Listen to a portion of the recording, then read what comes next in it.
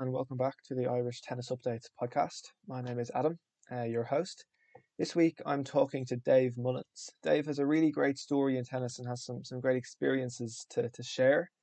He grew up playing junior tennis in Ireland and played to a high level. He got to play junior Wimbledon and the junior French Open, among other highlights. Then, age 18, he went to college in the US to Fresno University, and that was the start of a big stage in Dave's life. And that's where he stayed, um, more or less to this day in the US college system. After graduating, after a few years he went back into the coaching world, and then after returning to Ireland, he went back to the States, where he's now based in Arizona, and he works as the managing director at the Intercollegiate Tennis Association. So he works very heavily in the college tennis world over in the States. I really enjoyed this chat. We talk about the work that Dave's doing these days in that role in the ITA. We also touch on his time coaching in the US, the shock to the system that he got when he first went over to the States as a player, and how that experience compared to his time playing junior tennis in Ireland. He also touches on those memories growing up playing tennis in Ireland, how he looks back on those days. And towards the end, we touch on the positives and the negatives that Dave sees in Irish tennis today, and how that compares back to his experiences growing up. So I really enjoyed this chat. I think I learned a lot, and I really enjoyed getting Dave's perspective on things, and getting to dig into his experiences and his role these days and what he's doing. So I hope you'll find this interesting and enjoyable, and I hope you take something from it. So without further ado, here's Dave. So Dave, firstly, just thanks very much for chatting today. It's really great to talk to you and get your thoughts. Yeah, it's brilliant to be on with you, Adam. Thanks for thinking of me and having me on, and look forward to get into a great discussion with you here over the next hour or so. Yeah, no, looking forward to it. So just firstly, how was kind of the lockdown? I know you're based in Arizona at the moment, so how were the last few months been for you over there? Yeah, there ups and downs, like everybody for sure. I mean, when COVID hit in March, I work in college tennis over here. The season was cancelled in March, and it's been, from a work perspective, it's been crazy. I mean, I've been kind of 60-hour weeks since COVID. We kept thinking it was going to slow down. You know, your scenario planning, you're trying to predict the future. You're trying to gather as much information, having conversations with, college presidents, athletic directors, coaches, conference commissioners, and just everybody has a different take on where things are going. And yeah, I don't see it slowing down anytime soon. Fortunately, I love the work that I do, and I've been working from home, which has been interesting, but spending much more time with my family than I ever would have if things were normal. So yeah, just trying to keep fit, trying to stay out of the fridge as much as possible, because working from home, there's a lot more temptations. So Yes, yeah. Trying to strike that balance. But no, overall, we're extremely fortunate just with our employment situations and health and where we are and our kids' health and all the rest of it. So yeah, no complaints out of me. Brilliant. Yeah. Just for anyone that doesn't know, you're the managing director at the ITA. So is that right? Mm-hmm. Yeah. Yeah. Managing Director, Intercollegiate Tennis Association. So we're the governing body of college tennis in America. So we oversee NCAA Division I, Division II, Division III, NAIA, and junior colleges. So I'm happy to expand more on what we do so there. yeah, what is exactly that you're doing on a day-to-day basis in your role? Yeah, on a day-to-day basis. So I was brought in initially to try and launch a few new projects that the ITA had been wanting to get to for a number of years, but just it wasn't the right time. So two of the projects straight out of the gates that I was working on was trying to develop a coach education platform for our coaches. It was something that traditionally the ITA had offered an annual convention out in Florida, but there was not a lot of follow-up. There was not a lot of consistent education. So I was asked to try and come up with a system to help our coaches just develop some professional development. As a college coach, there's nowhere really to go. There's not a certification process. There's no classes, there's no book. So I've been trying to develop a number of areas, and hopefully our coaches are engaging, and I'm receiving some good feedback, so I'll continue at it. And the other project is a year of service initiative called Tennis for America, where we're trying to create an opportunity for former college tennis players to spend a year in a low-resourced community somewhere in America, and help build the capacity of an organization that is trying to fight poverty in that community or in that city or town. So that's another thing with COVID, was up and down, wasn't sure if it was going to happen, but we managed to get that launched, and so far so good. And we're piloting that program for 3 years, so I'm overseeing that. But I'm very involved in all aspects of I'm managing director, so kind of oversee all the different areas. Obviously, we have membership, we have awards, we have coach governance, we do rules, rankings, championships. You know, the list goes on. But I spend most of my mornings, because we're on West Coast time, most mornings I'm on calls with individuals all around the country, East Coast, Central time, and West Coast as well. And then the afternoon is trying to get some work done, and trying to respond to emails and trying to work on various projects and project plans and keep moving things forward. But really, we're trying to, we're trying to advocate for college tennis as well. I mean, it's a tough time for college athletics in general, but trying to get college tennis on television. So we have a tournament coming up that's going to be in San Diego. The finals will be on ESPN live, Sunday at kind of prime time. We have another one that we're looking to do in November. So we'll try and get our national championships on television as much as possible. And then, find ways just to advocate, have conversations with university presidents, athletic directors, trying to reinforce why college tennis is important and why it should remain on their campus, or why they should institute or launch a tennis team on their campus. So there's no shortage of things with any nonprofit organization. You wear many hats, and each day is a little different. And that's, I think, where I'm at my best. If I'm doing the same thing over and over on a daily basis, I tend to get a little stale. But I don't, when I wake up in the morning, I don't know what's coming my way. Sometimes it's good stuff, sometimes it's bad stuff, but I tend to thrive on that. So I enjoy it. Do you have any kind of exciting project in the pipeline for the coming months? Yeah, one of the things that we're looking at right now is there's one of our constituents is the historically Black colleges and universities. So there's a collection of universities across all divisions, and obviously with the issues you've probably seen on the news over there. Obviously, Black Lives Matter, all the social unrest and unease right now. We're also seeing that there's a lack of diversity, obviously, in tennis. There always has been in every country, not just from a racial perspective, but also gender. I mean, you think about how few women's coaches there are coaching at all levels, not just the highest levels. So we're really, because we're a smaller organization, we're maybe a little more nimble. We don't have a huge bureaucracy behind us.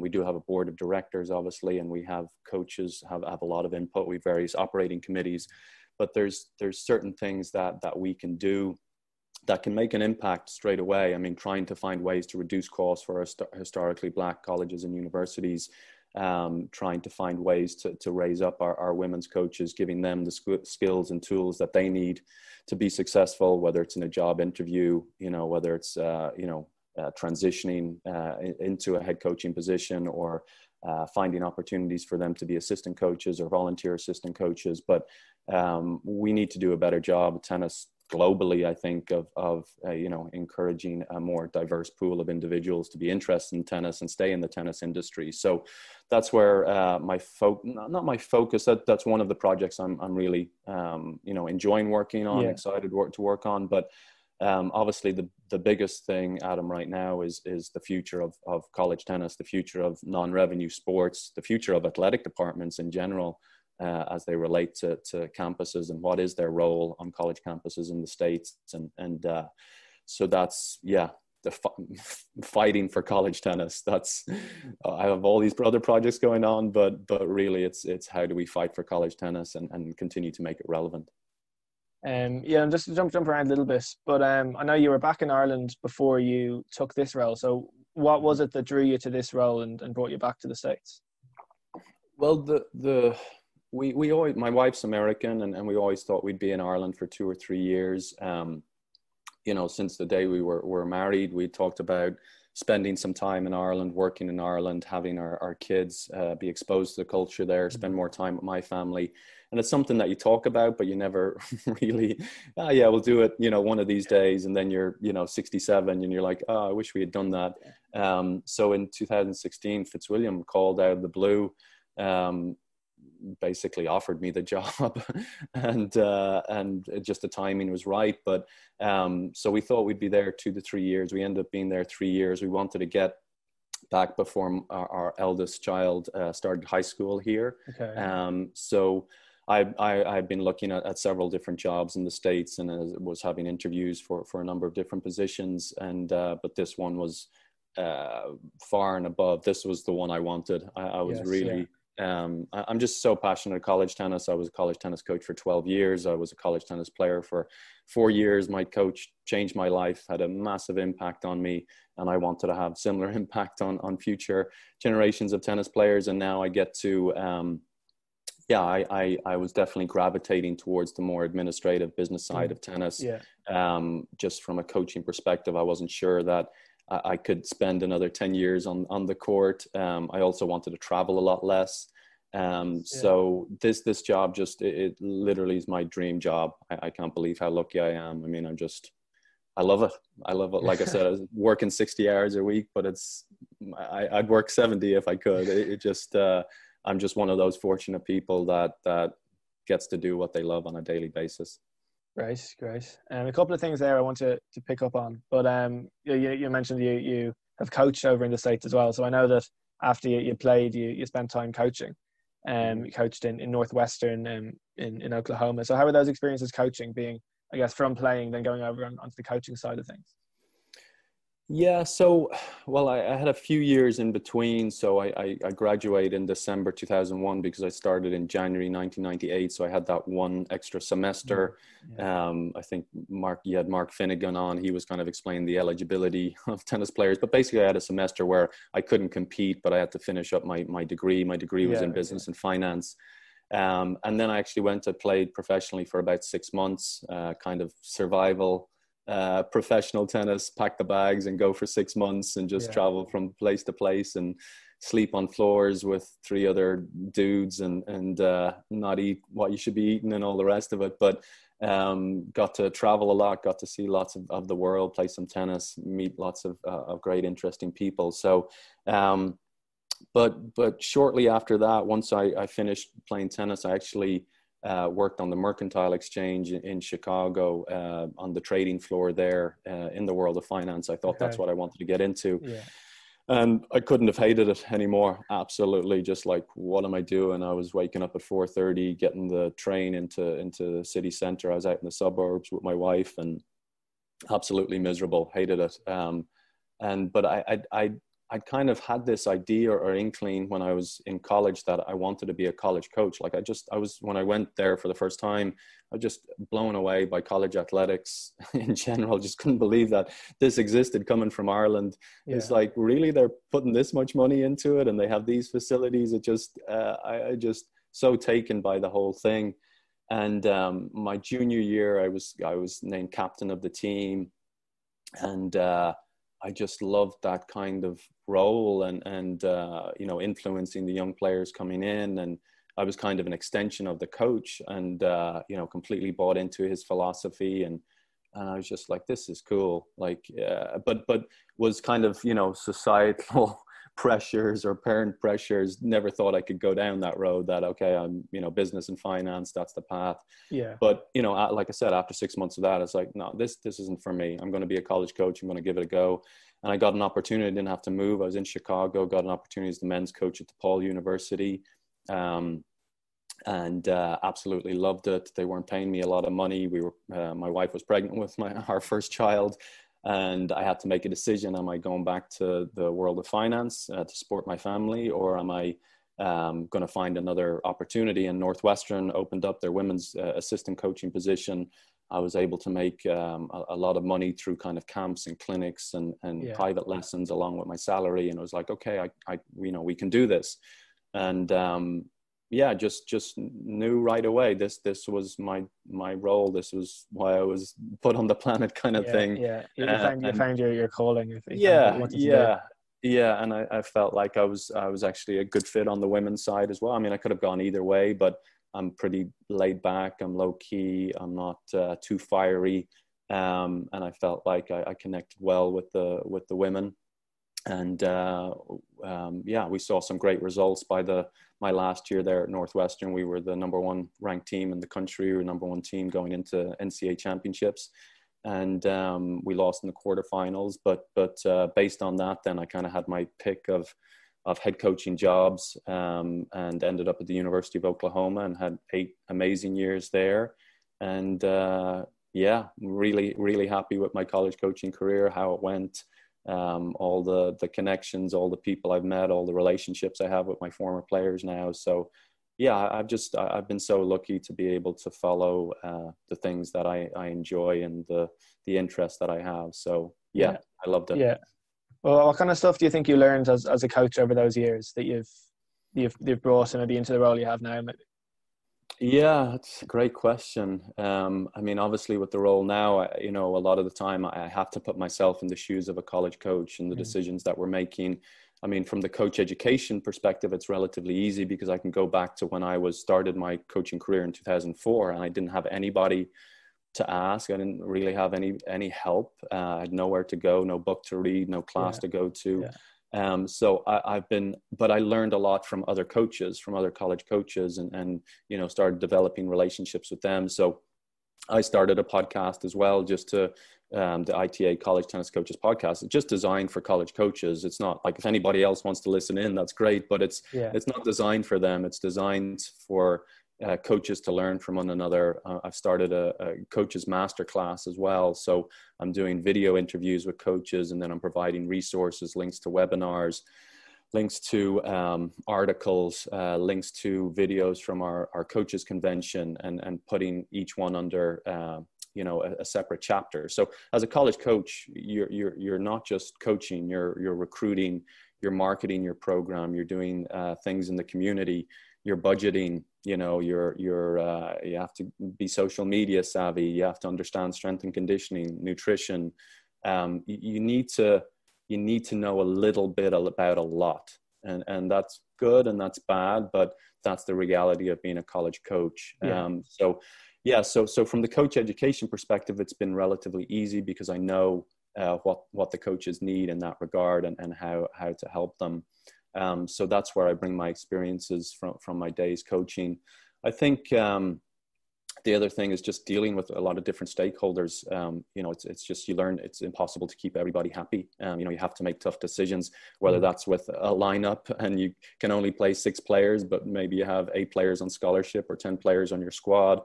And you have to tell 4 players each time. It's not like a soccer team where you have 22 players, and there's a lot of people sitting on the bench. In tennis, there's maybe 1 or 2 sitting on the bench, and so having those conversations can be difficult. But also, keeping the alumni happy, keeping the boosters who boosters are individuals who give money to various different programs, from a fundraising perspective.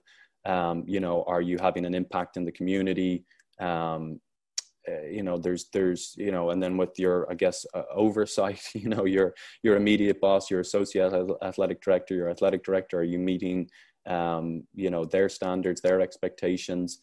So like I said, you're just pulled in so many different directions, and you just, and the other thing is just how hard you work. I mean, it's just a lot of people don't understand that. Like, I'm saying I'm working 60 hours a week right now, and that's but college tennis prepared me for that. Yeah, yeah, I'm fortunate I don't have to travel on the weekends. Obviously, I'm doing some work on the weekends, but I mean, most seasons as a college coach, I did not take a day off from, say, January 3rd to, say, May 25th. Not one day.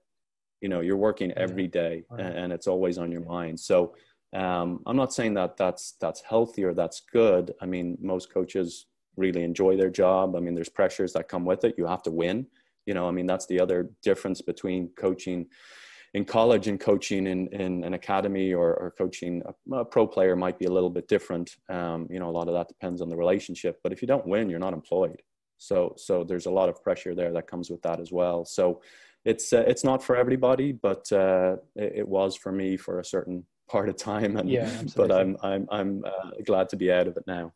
Yes, so to look at it from the other side, kind of working backwards a bit, you would have obviously gone to the States and experienced the college system first as a player. So you must have really then connected with your time there and that experience, and seen something there that you wanted to stay in that world even after you finished playing. Would you say that's accurate? For sure. I mean, when I started going through the process, I think I knew probably age 14, 15 that I wanted to go to the States. There was players older than me, guys like Tommy Hamilton, Stuart Doyle, that had gone off ahead of us. And we knew that was the only path. I mean, my parents weren't, they weren't saying, hey, you can be a pro player, or, quit school or anything like that. Yeah. I probably wanted to, but Yeah. they're like, look, you're going to college basically. And, if you can get a scholarship to the States, then brilliant, go ahead and do that. But there's no, internet, there's no way to really research. So the coach, my coach, I was actually the assistant coach at Arkansas, and coach Tommy Hamilton. And then when he got the head coaching job at Fresno State, he called Tommy and said, Tommy, do you know any Irish players? He's like, oh, there's one decent kid, Dave Mullins, you might want to look at. And that's how I ended up at Fresno. And then, my first semester was tough. I didn't really play in the lineup. I played doubles, but I didn't play a whole lot in singles. I mean, it was a rude awakening for me. I mean, I came from maybe practicing 1 hour a day.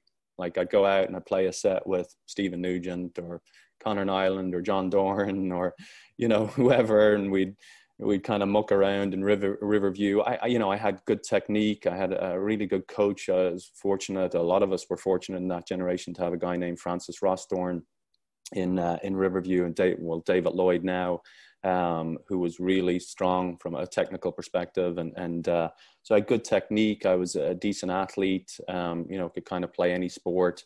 And but the first semester was tough, and the coaches yelling at me and screaming at me, and we're doing all this running. I'd never lifted a weight in my life. I'm in the gym and trying to learn how to bench press and do a pull-up. And but then by the end of my first semester, it just started clicking, and played a lot that summer back in Ireland, the tournaments back in, kind of the circuit, the Irish circuit in the summer. And then when I got back to college, that following September, I just took off. I mean, my tennis just improved out of sight. By my senior year, I was ranked as high as 3 in doubles in the national rankings. I was about as high as 50 in singles. I was just a different being. I mean, I'd learned how to work hard. I'd learned how to suffer a little bit. I don't think a lot of Irish players, I had no idea what it meant to suffer, during a training session, and just how much you had to push yourself, and what I was capable of. I didn't really know that I was capable of working as hard as I did in college. So it was a life-changing, few years for me. And, like I said, I wanted to have a similar impact on future generations of tennis players. So at that stage, when you were playing, had you kind of decided that coaching was maybe what you kind of knew in the back of your head that you wanted to do at some stage? Yeah, it was. Like I said, my junior senior year, I was captain of the team, and really, it was there in the back of my head. It was a seed that was blossoming a little bit, but just felt like there was there was other pressures on me to kind of move into the business world or finance world, but I was able to push past that. And that's the thing, I'd zero interest in coaching in any other realm, like coaching at a club or coaching an academy, coaching a federation, coaching, like none of that interested me. It was like, Yeah. like I'm either college coaching or I'm not coaching at all. Like there was no in between, because I love the idea of, having a team. You have a team of a certain number of players. You're developing your own philosophy, your own culture. You're recruiting the players that hopefully you want. And there is a business element to it. Like I said, you wear many hats. So, there's so many different components to it that I felt like it would keep my interest and that I'd do well in it. So you mentioned that kind of age 14, 15, you maybe had inklings of going to college. But if I told Dave, age 14, that Dave in 2020 would still be working in tennis in the role you're in now, would you have believed that? Or would you have thought that was, that was... Probably not, because I think at that point I'd been brainwashed that I needed to go into the world of finance and make lots of money and be a millionaire. So I'm not sure I would have believed that. Obviously, I didn't know anything about college tennis. I knew I wanted to go play college tennis, but there was still no way to research it. And then you don't really think that there's other jobs in the tennis industry, right? You kind of like, yeah, if I wanted to pursue finance, or I could have maybe gone, into accounting or something like that. I could have worked at a club in an administrative role. But so no, to answer your question, no, I would have had no idea. No. And just from those junior days then back in Ireland, I know you got to play some junior Grand Slams. So what kind of best memories do you have from your junior days? Really, it's just the summer months, hanging out with a bunch of messers and just playing cards all day, like being at the club, if whatever week it was, whether it was Lansdowne, Naas, Glasnevin, an ITF in Riverview, whatever it was just like getting there at 8 o'clock, doing your warm up. Maybe you had a match straight away, maybe you didn't, but it was just the friendships that were built, the laughs that we had. We definitely pushed each other to get better. But it was just seemed, that was what kind of saddened me being back in Ireland the last few years, was just, it seemed to be a lot more competitive. Parents were more involved. Parents were around a lot more. Like I just got the dart to Lansdowne and my parents knew I was there, and I'd be back at 8 p.m. I'd have my sandwiches packed. I'd have my, a pound to get the dart and maybe get a can of Coke or whatever. And that it was just amazing. I just had the most idyllic childhood you could possibly imagine. I'm not blaming. It's just, I can see it now with my own kids. Everything's just more organized. It's more structured. My kid's a high level soccer player, and we're driving him here, there, and everywhere. And it's just, at this time, here's the session. There's always a coach around. There's always a parent around. So that's what I miss. And I know those days are gone, but man, I wish they were back for future generations. Yeah. And just on that, which Grand Slams or Slams did you get to play? Yeah, so I played qualifying of French Open, and I played main draw of Wimbledon. So yeah, those were, I wasn't mature enough to appreciate those experiences. You're so I don't know, caught up in the moment. You're feeling this pressure. You've lots of different things coming at you. I wasn't prepared. I hadn't traveled enough, hadn't really played enough. Like I said, I hadn't worked hard enough. I don't know that I really earned those positions. I obviously did, but it's just, I look back and just, man, I was so unprepared for those occasions. And so, great experiences, but honestly, the best days were the junior tournaments and even the adult tournaments. Even as a junior, they're just, I was so fortunate to have guys like Scott Byrne, Owen Casey ahead of me that I was able to look up to and hit with, and then guys closer to my age, Robert Collins, John Dorn, I'm missing names here, but then guys younger than me like Stephen Nugent, Connor Nyland, Stephen Taylor, Connor Taylor, James Colquhoun. Like, it was just like this 10-year grouping where we were all just helping each other, and nobody was any better than anybody else. If you were, you'd get dragged back down, as you well know, in Ireland, which I love. Yeah, it was really just those times that I look back on. It's nice to have Wimbledon on your resume and all the rest of it, but you know, yeah, I don't know. It's not as the be all and end all as people would think. Yeah, just you've mentioned a few points about kind of Irish tennis and maybe the culture we have over here. So I know that, you know, obviously in that world you're very involved. Even though you're based in the States, you're on the board of directors in Tennis Ireland, and obviously you've been in tennis in Ireland for, you know, obviously since you were a junior. So what kind of culture, you mentioned a couple there, but what kind of culture changes do you think you've seen, or how do you think the culture is over here? It's I don't think it's particularly healthy. You know, I mean, if you're just talking about the tennis kind of community in general, it's really sad. You know, there's a lot of kind of, you know, if you take the coach's perspective, you know, you've got coaches who didn't play at a high level, who will then speak poorly about the players who did play at a high level and are coaching now. Well, they're not proper coaches. They just played at a high level. And then you've got those players that played at a high level, are coaching. They're going, well, this guy or this woman never played at a high level. What does he or she know? And then you've got, you know, say myself and Mark Finnegan, who are college coaches. And they were just college coaches. What do they know?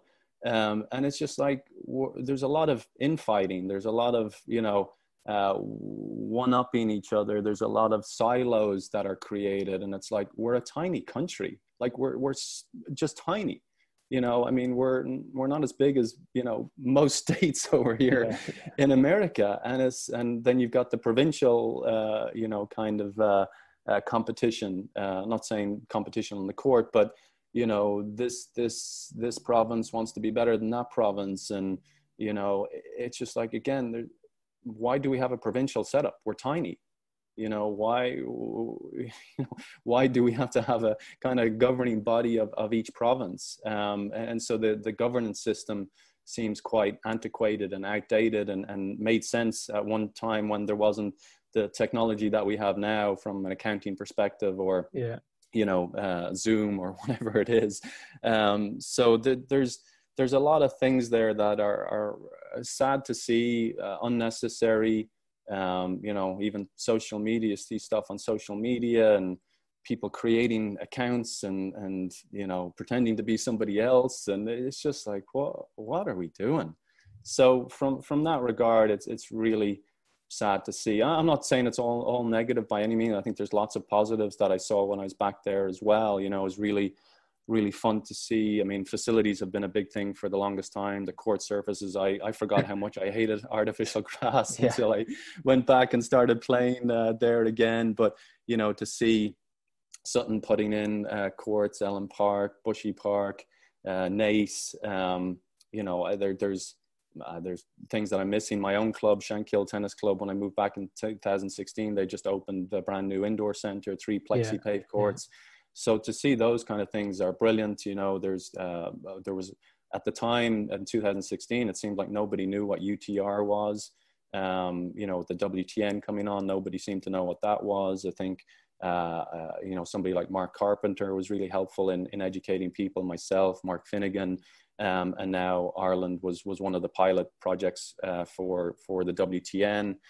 So I think that's going to make a big difference going forward. I think, you know, the competition structure, I mean, again, to go home in 2016, and I've said how much I love those tournaments in the summer, but it was the same, you know, it was the same structure that we had in 1995. You know, a bunch of tournaments condensed from May to August, say, you know, once Fitzwilliam ended. And we squeeze all the tournaments in there. They're week long. You get one match. You know, if you lose in the first round, 0-0, you're done. And it was, no, we can't keep doing that. So you know, there's you know, Tennis Ireland brought on James Cooney, who's in that world now. He's trying to extend our tournament calendar, so there's year-round play for our players. So there's things there that are definitely going in the right direction. But overall, I just wish that Irish tennis coaches, Irish administrators, volunteers, clubs, that we could all just come together and I don't know. I don't know that we need to make it as difficult as we seem to be at times. So Yeah. Now, you mentioned earlier, kind of when you were growing up and you were playing, there was that culture of maybe, a few people older than you, younger than you, your age, that really, were competitive, would have pushed each other, that kind of thing. Is that something you see these days? Um, I think that was very much a moment in time. Riverview was just Scott Barron's father was one of the owners, and he kind of gave us free reign. I mean, we could hop on a court at any time. We didn't have to pay a whole lot. With child protection these days, I think it's harder to recreate something like that. I mean, I think Fitzwilliam is a good gathering point for some of our better players. And there's different generations of players there, and they have the invited junior program. So you do see players interacting there, and younger players playing with older players. But it's how do we have that happen all across the country? I mean, that's my concern. I mean, even, the clay courts that I mentioned, or the artificial clay courts I mentioned, other than Naas, they're all Dublin centric. Most of our indoor courts are Dublin centric. And it's like, unless this starts happening all over the country, Irish tennis will just remain the same as it always has. It's no better, it's no worse than it has been for the last 30 years. It is what it is. I mean, some people think it's worse than it's ever been. A small minority think it's better. But most people like myself, it's no better. It's no worse. We always have a handful of good players, some promising pros. Traditionally, we've had probably one male player who's top 250 in the world or top 200 playing in those Grand Slams, whether it was Owen Casey, Scott Barron, Peter Clark, Conor Nyland, James McGee.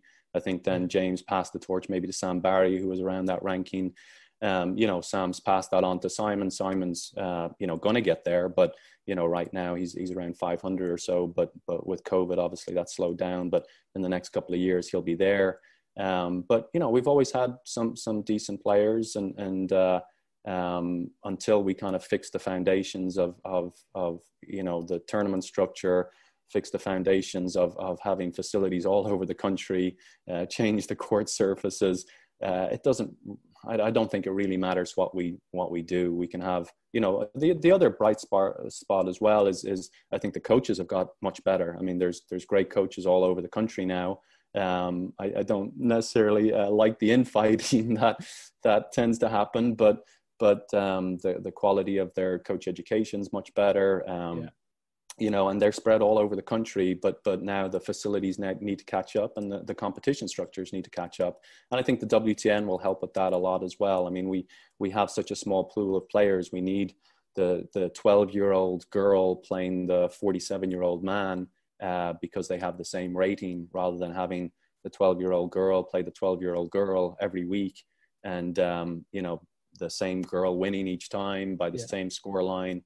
We've got to move away from that. So I think we're getting there. I mean, nothing happens overnight. I mean, everybody wants results now, and they want a top 100 player, and it's nobody knows how to create a top 100 player. If that was the case, the same players would be coming out of the same coaches and the same academies in the same town year on year. So nobody really knows what those is. A collection of so many variables, but without a strong foundation, it's going to be an even bigger challenge.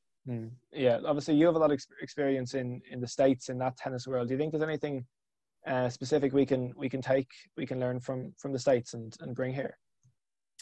Yeah, look, there's so much money here in America, and that's and that's what really hurts, I think, sports in America right now, because you're losing so many of maybe your better athletes, because it's only the kids that can afford to play that are playing. And I'm seeing that in soccer with my son's soccer. I mean, he was playing at St. Joey's there in Sallynoggin.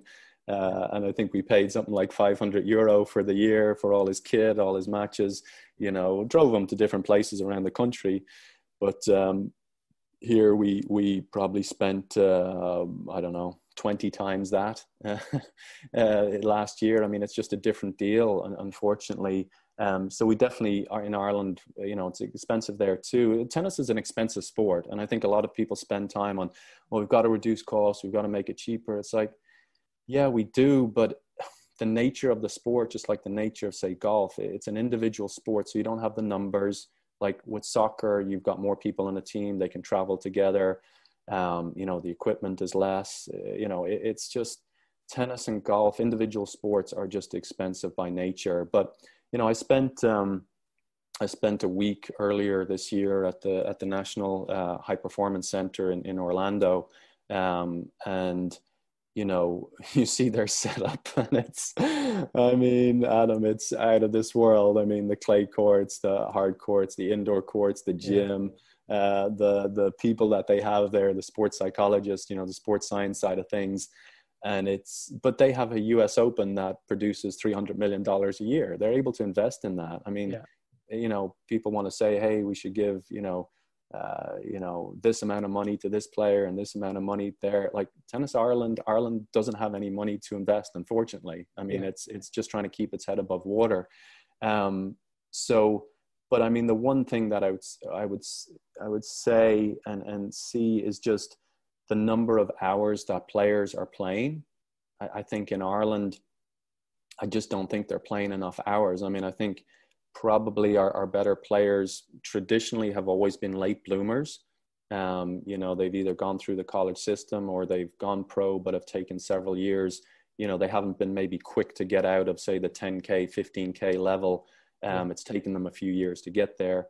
But, you know, so in one way, when they reach 18, like myself, you know, I was underdeveloped. I hadn't played a whole lot. But then when I started playing a huge amount, my game took off and I became more of a late bloomer. And that's probably the world we're in for at least the next several years until we're able to recreate kind of a national training center, which Gary Cahill had done. But unfortunately, we're not able to fix all the foundational issues that are broken and have a training center and a national coach at the same time. It's kind of one or the other. So, you know, I would encourage players in Ireland to figure out how are they going to get more hours under their belt, and is that getting up first thing in the morning? Most sports do that. You know, they're up early before school. You know, you take swimming, which is an individual sport. Most of them are up at 5 o'clock and doing 2 hours of training before they even get to school. And that's probably the culture that's probably going to have to exist in Ireland. And how you do that? Do you do that, you know, at a number of schools? I mean, I went to Blackrock College till I was till my after my junior cert, and there was some really good players there, you know.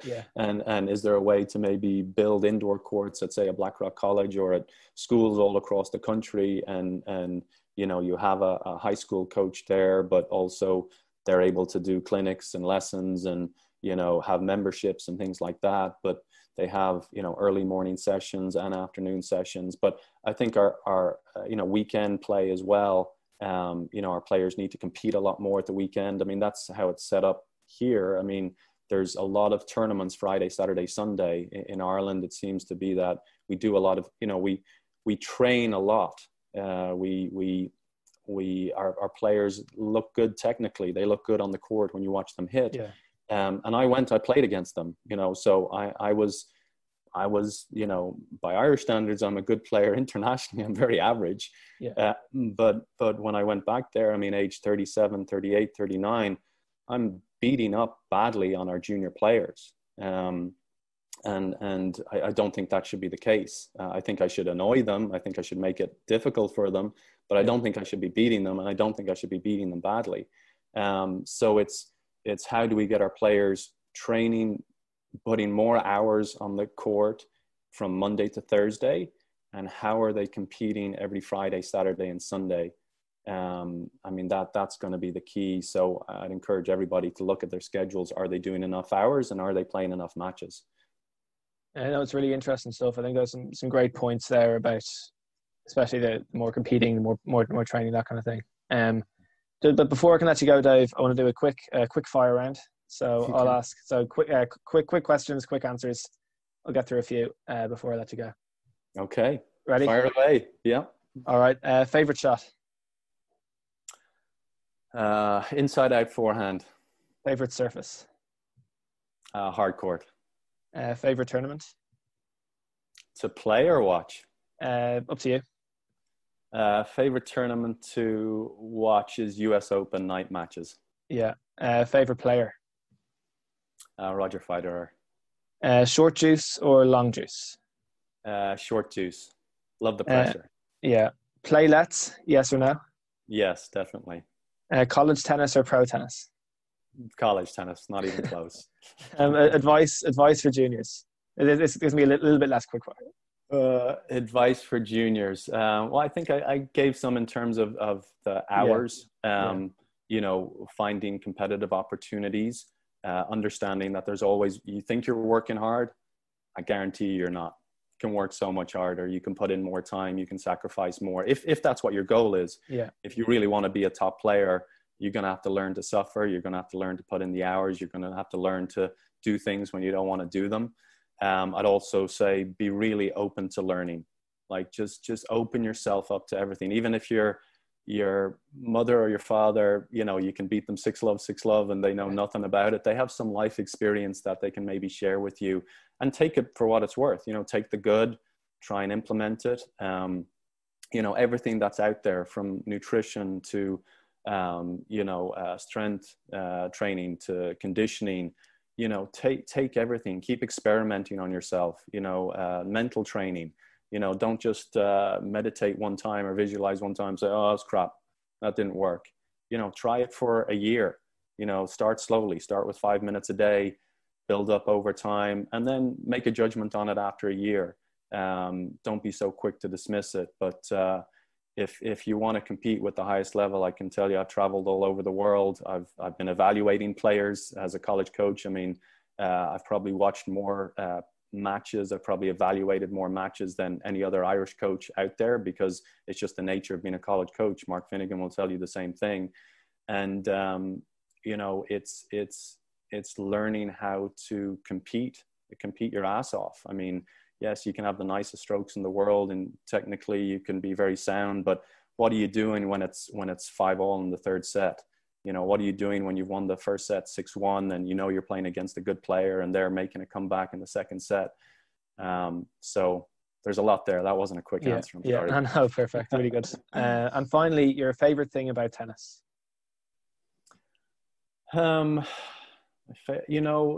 Competition. I mean, I didn't compete for 10, 12 years. I mean, I coached, obviously, while I was a college coach, but I wasn't competing at all. I didn't play any tournaments.